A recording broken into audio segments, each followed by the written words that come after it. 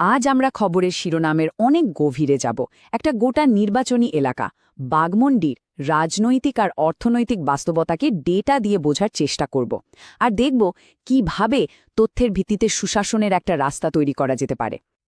দেখুন, মানুষের ভোটকে যদি বুঝতে হয় তাহলে সবার আগে তাদের মাটিকে বুঝতে হবে।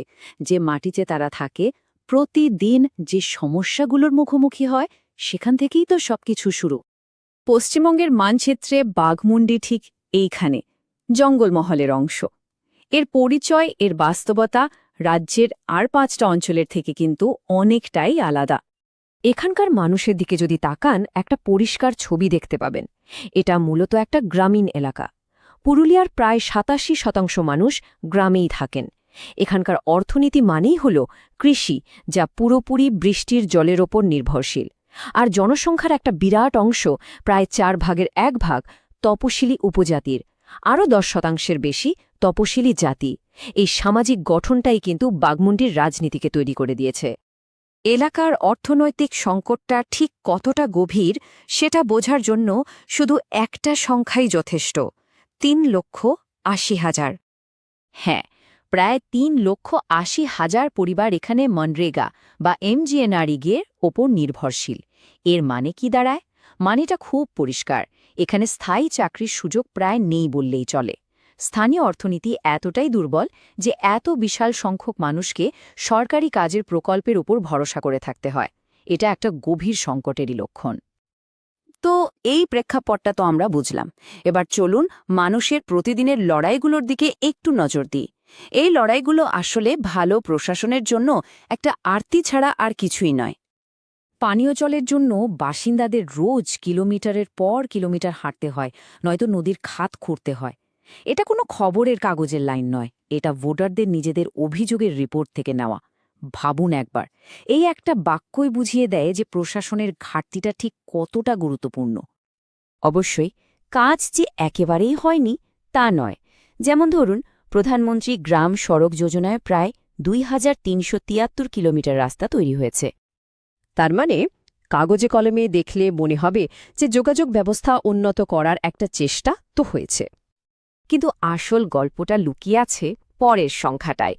এই তৈরি হওয়া রাস্তার মধ্যেই প্রায় 1,430 কিলোমিটার রাস্তার রক্ষণাবেক্ষণ বাকি পড়ে আছে। মানেটা কি দাঁড়ালো? যা তৈরি হচ্ছে তাকে টিকিয়ে রাখার কোনো ব্যবস্থা নেই। উন্নয়ন হচ্ছে ঠিকই, কিন্তু রক্ষণাবেক্ষণের অভাবে সে সবটাই নষ্ট হয়ে যাচ্ছে। এটাই হলো সিস্টেমের ব্যর্থতা। প্রতিশ্রুতি দেওয়া হয়, পরিকাঠামো তৈরি হয়, আর তারপর সব আবার ভেঙে পড়ে। একটা চক্রের মতো চলছে। মানুষের অভিযোগের তালিকাটা দেখুন। জলের এমন সংকট যে মানুষ রাস্তা অবরোধ করতে বাধ্য হচ্ছে। স্বাস্থ্যকেন্দ্র আছে, কিন্তু ডাক্তার নেই, সরঞ্জাম নেই। স্কুল আছে, কিন্তু ভালো শিক্ষক নেই, পড়ার মান খুব খারাপ। সেচ প্রকল্পগুলো আটকে আছে, তাই কৃষকরা বছরে একটাই মাত্র ফসল ফলাতে পারছেন। আর আদিবাসীদের অরণ্যের অধিকারের দাবিগুলো তো বছরের পর বছর ধরে অমীমাংসিত হয়েই পড়ে আছে। সব মিলিয়ে এটা সরকারি ব্যর্থতার একটা সম্পূর্ণ চিত্র। আমাদের সংবিধানের মূল ভিত্তিটাই তো হলো মানবিক মর্যাদা। যখন পানীয় জল বা স্বাস্থ্যসেবার মতো একদম প্রাথমিক চাহিদাগুলো পূরণ হয় না, তখন কিন্তু সেই সাংবিধানিক প্রতিশ্রুতিটাই ভেঙে যায়। এটা শুধু একটা প্রশাসনিক ব্যর্থতা নয়, এটা তার থেকেও অনেক বড় কিছু। বেশ, তো এই যে এত ক্ষোভ, এত বঞ্চনা, এর প্রভাবটা ব্যালট বক্সে কিভাবে পড়ছে, চলুন এবার সেটাই একটু খতিয়ে দেখা যাক। 2016 আর 2021-এর ভোটের ফলের দিকে তাকান। একটা বিরাট পরিবর্তন চোখে পড়বে। 2016-তে কংগ্রেস জিতেছিল প্রায় 47% ভোট পেয়ে, আর 2021-এ দেখুন, তৃণমূল কংগ্রেস জিতল বটে, কিন্তু মাত্র 36.8% ভোট পেয়ে। মানে জয়ী দলের নিজের ভোটও কমেছে, আর কংগ্রেসের ভোট ব্যাংকে একটা বড় ধস নেমেছে। আর এই পুরো ডেটার মধ্যে সবচেয়ে গুরুত্বপূর্ণ দিক হল এনডিএর ভোটের উত্থান। 2016-তে বিজেপির ভোট ছিল মাত্র 6% কাছাকাছি, আর 2021-এ এসে তাদের জোট সঙ্গী AJSU প্রায় 30% ভোট পেল, মানে 5 গুণ বৃদ্ধি। এর থেকে বোঝা যায় বিরোধী ভোটটা একজোট হয়ে এনডিএর দিকে চলে গেছে, যা একটা বড় রাজনৈতিক পরিবর্তনেরই ইঙ্গিত দিচ্ছে। তাহলে আসল প্রশ্নটা হল, 2016 সালে কংগ্রেস যে 88,000 ভোট পেয়েছিল, সেই ভোটগুলো গেল কোথায়? এই একটা প্রশ্নের মধ্যে কিন্তু অনেক উত্তর লুকিয়ে আছে। ওই ৮৮,০০০ ভোটের উত্তর খুঁজতে হলে আমাদের সিস্টেমের ফাটলগুলোর দিকে তাকাতে হবে। ঠিক কি কারণে মানুষের আস্থাটা ভেঙে গেল আর তারা একটা নতুন বিকল্পের দিকে ঝুঁকতে বাধ্য হল? মানুষের আস্থার এই ঘাটতির পেছনে মূলত ৪টে বড় কারণ আছে। প্রথমত, শিক্ষক নিয়োগ দুর্নীতি। যখন ২৫,৭৫৩টা চাকরি বাতিল হয়ে যায়, তখন যুব সমাজের মধ্যে যে ক্ষোভ আর হতাশা তৈরি হয় তা মারাত্মক। দ্বিতীয়ত, কাজ-মানি সংস্কৃতি। সরকারি প্রকল্পে ঘুষ দিতে হয়, এই ধারণাটা মানুষের বিশ্বাসকে একদম নষ্ট করে দিয়েছে। তৃতীয়ত, চাকরির অভাব। শিক্ষিত বেকারদের মধ্যে গভীর হতাশা। আর চতুর্থত, জঙ্গলমহলে মাওবাদী কার্যকলাপের ফিরে আসা। এতে আইন শৃঙ্খলার উপর থেকে মানুষের ভরসা কমে গেছে। এই সব কিছু মিলিয়ে কিন্তু বিশ্বাসের ভিতটা নড়ে গেছে। তো সমস্যাগুলো তো চিহ্নিত করা হলো, কিন্তু শুধু সমস্যা নিয়ে কথা বললেই তো হবে না, এবার সমাধানের দিকে এগোতে হবে।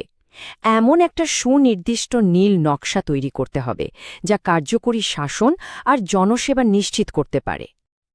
দেখুন, শাসন মানে শুধু প্রতিশ্রুতি দেওয়া নয়।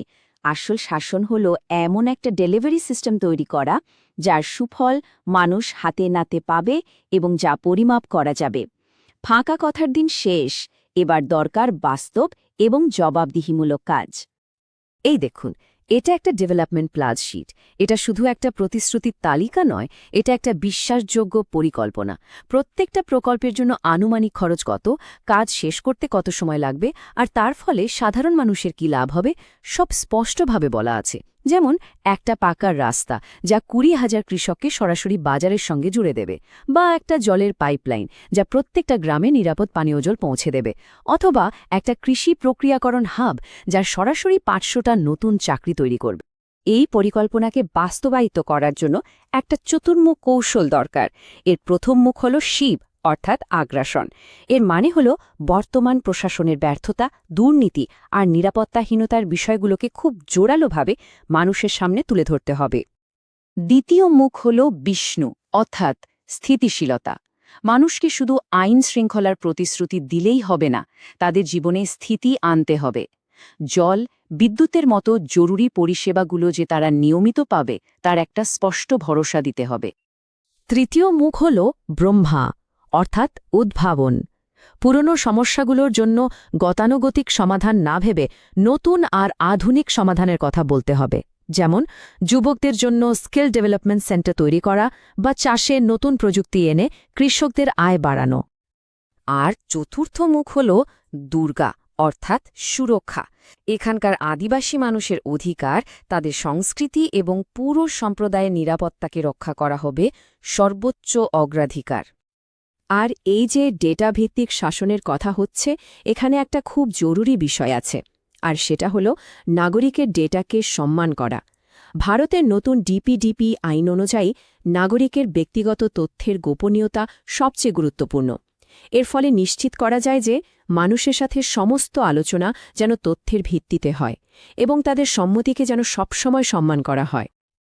আমরা আমাদের আলোচনার প্রায় শেষ পর্যায়ে চলে এসেছি। এতক্ষণে সমস্ত বিশ্লেষণকে এক জায়গায় এনে এবার নেতৃত্ব আর জবাবদিহিতা নিয়ে শেষ কথাটা বলার সময়। দেখুন, ডেটা কিন্তু একটা খুব পরিষ্কার গল্প বলছে। গ্রামের স্তরে যে ছোট ছোট অভিযোগগুলোকে উপেক্ষা করা হয় তার জবাব একদিন ব্যালট বাক্সে ঠিকই পাওয়া যায়।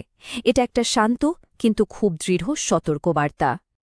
তাই যে কোনো নেতার জন্য আসল প্রশ্নটা এটা হওয়া উচিত নয় যে আমি জিতব কিভাবে, বরং আসল প্রশ্নটা হল আমি মানুষের কাছে পরিষেবা পৌঁছে দেব কিভাবে। কারণ রাজনীতির আসল উদ্দেশ্য ক্ষমতা দখল করা নয়, বরং সেই ক্ষমতাকে দায়িত্বের সঙ্গে মানুষের ভালোর জন্য ব্যবহার করা।